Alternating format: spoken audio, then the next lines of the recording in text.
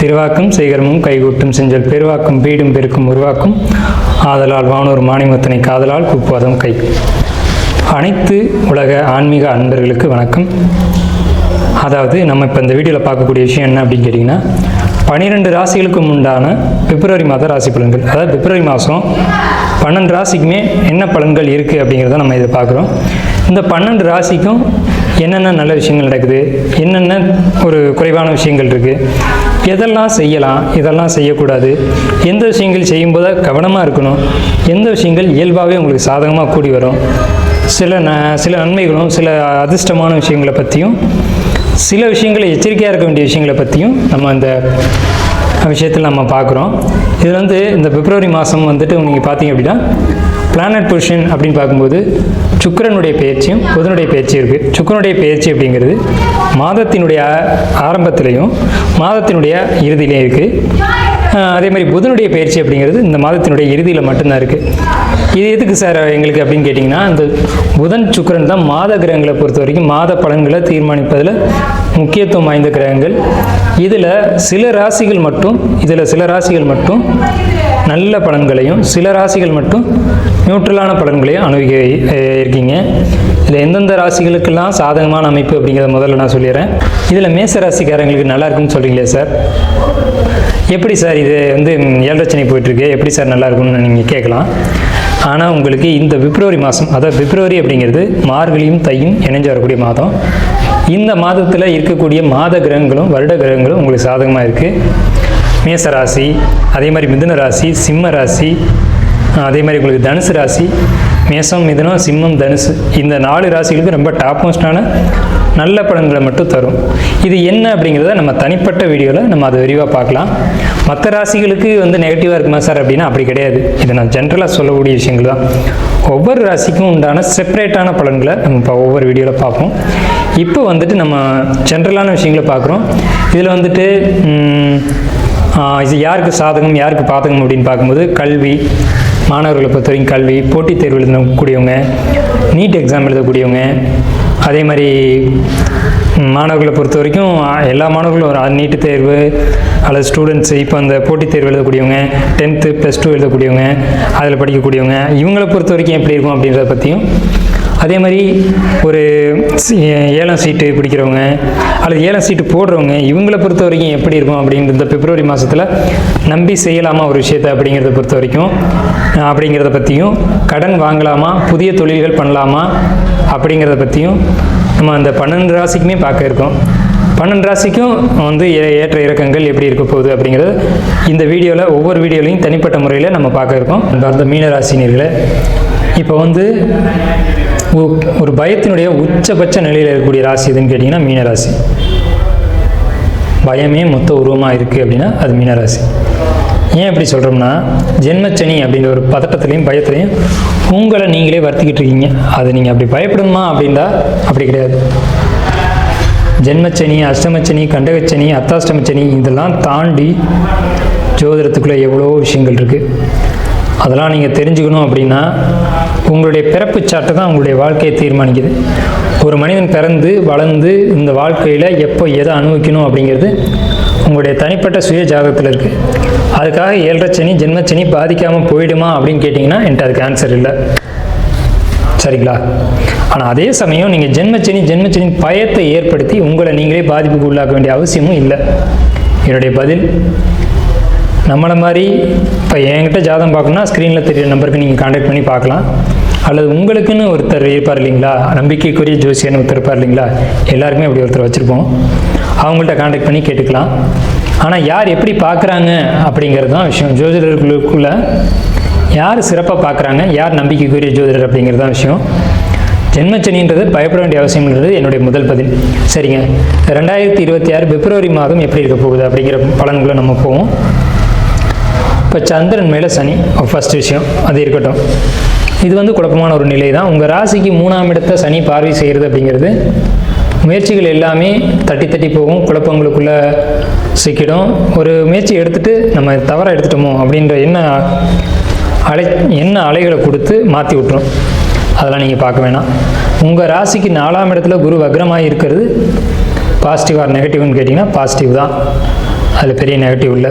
என்ன பாசிட்டிவ்னு கேட்டிங்கன்னா, உங்களுக்கு பொருளாதார ரீதியாக மிகப்பெரிய ஏற்றங்களை கொடுக்கும், தொழில் ரீதியாக ஏற்றங்களை கொடுக்கும்.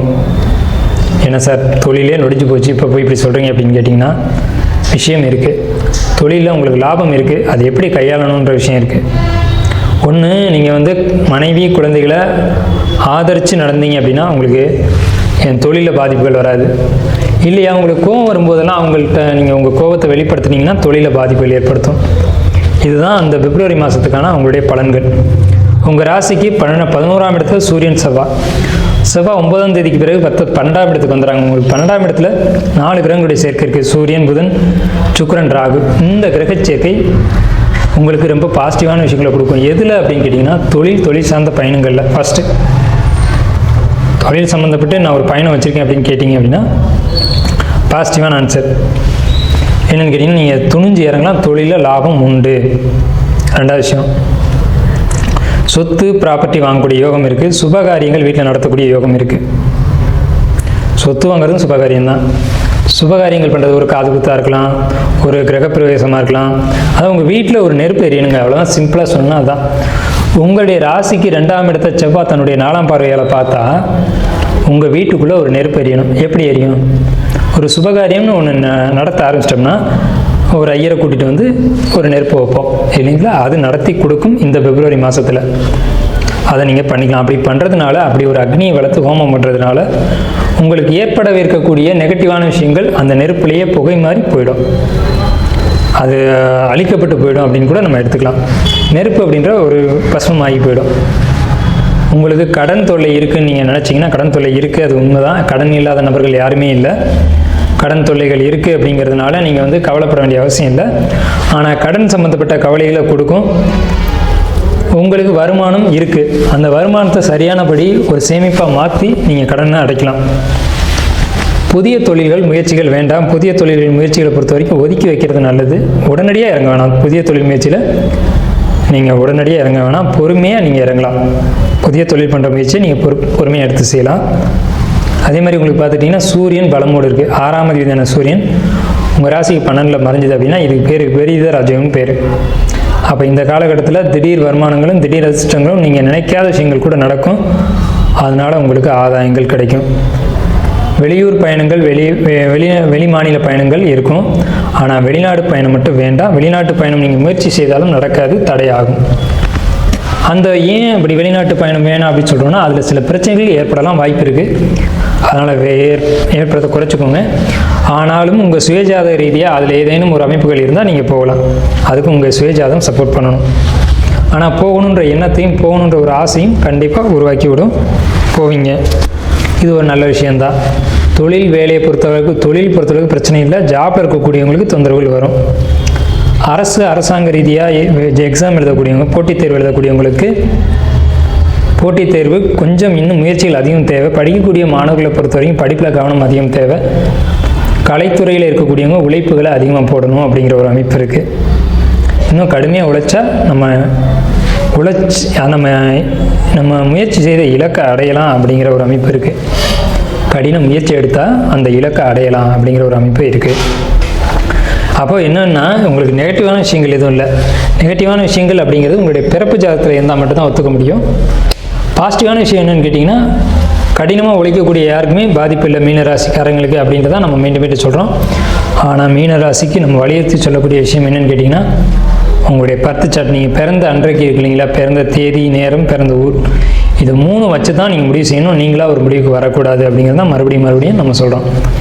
மீனராசிக்கு இந்த 2026 பிப்ரவரி மாதம் 60% மேலே நல்ல பலன்கள் இருக்குது. இருந்தாலும் உங்களுடைய பிறப்பு ஜாதகம் தேவை. மீண்டும் சொல்கிறேன், உங்களுடைய பிறப்பு ஜாதகம் தான் அதை முடிவு செய்யும்.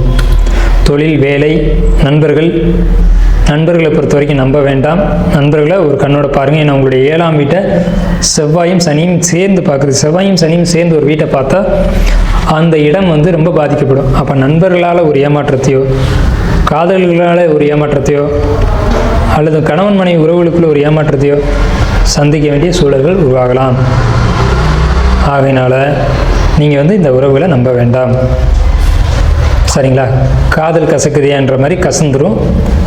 கணவன் மனைவி உறவு கசக்கும், நண்பர்களுடைய உறவு கசக்கும், தனிமை மட்டுமே இனிமையாக இருக்கும். ஸோ இதுதான் 2026 பிப்ரவரிக்கான பலன்கள்.